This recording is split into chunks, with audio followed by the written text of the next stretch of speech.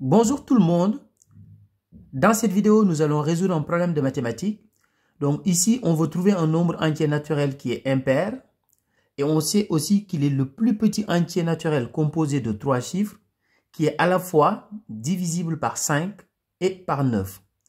Alors, première remarque, comme c'est un nombre qui est composé de 3 chiffres, ça veut dire forcément qu'il est entre 100 et 999.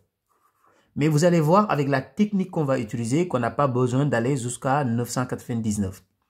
Alors ici, c'est un nombre qui est supérieur à 100. On va utiliser maintenant deux informations et on va les combiner ces deux informations. C'est un nombre qui est impair et qui est divisible par 5.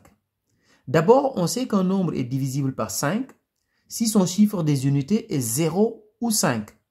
Mais ici, on ne va prendre que des nombres qui se terminent par 5 parce qu'on veut des nombres impairs. Parce que si on prend un nombre qui se termine par 0, il sera pair. Donc, nous, on veut des nombres impairs. Donc, ici, qu'est-ce qu'on va faire maintenant à partir de là? On va tester des nombres qui sont des multiples de 5, mais à partir de 100. C'est-à-dire, si on commence par 100, on va tester des nombres qui sont des multiples de 5.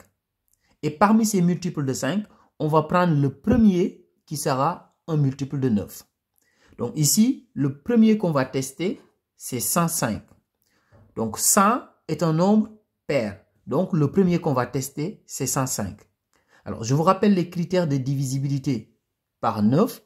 Donc un nombre est divisible par 9 si la somme de ces chiffres est tout simplement un multiple de 9.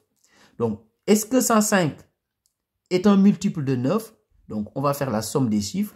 1 plus 0 plus 5. Si on fait la somme, on trouve 6. 6, est-ce que c'est un multiple de 9? 6 n'est pas un multiple de 9. Donc, le nombre que l'on veut trouver n'est pas 105. Donc, on va passer à un autre nombre qui est un multiple de 5 qui est dans cette liste-là. Donc, on va tester 115. Parce qu'on ne peut pas prendre 110. Parce que si on prend 110, 110 est un nombre pair. Donc, on teste 115. Donc, on fait la même chose. On fait la somme des chiffres. Donc, si on fait la somme, on trouve tout simplement 7. Est-ce que 7 est un multiple de 9? Donc, 7 n'est pas un multiple de 9. Donc, le nombre qu'on veut trouver n'est pas 115. Donc, on teste la possibilité suivante. Donc, 125. Donc là, je prends des nombres qui sont des nombres divisibles par 5. Vous voyez? Des nombres divisibles par 5. Parce que notre nombre, il est divisible par 5. Donc ici, 125. Pour savoir s'il est divisible par 9, on fait la même chose. On fait la somme. 1 plus 2 plus 5. Et 1 plus 2 plus 5, c'est égal à 8. Est-ce que 8 est un multiple de 9? La réponse est non. Donc 125 n'est pas le nombre qu'on cherche. On continue, l'autre possibilité, 135. Donc, on fait la somme des chiffres. Donc, 1 plus 3 plus 5. Et 1 plus 3 plus 5, c'est égal à 9. Est-ce que 9 est un multiple de 9? Oui, 9 est un multiple de 9 parce que 9, c'est 9 fois 1. Donc, ici, le premier qui remplit nos critères, c'est ce nombre-là. Donc, c'est un nombre qui est composé de 3 chiffres.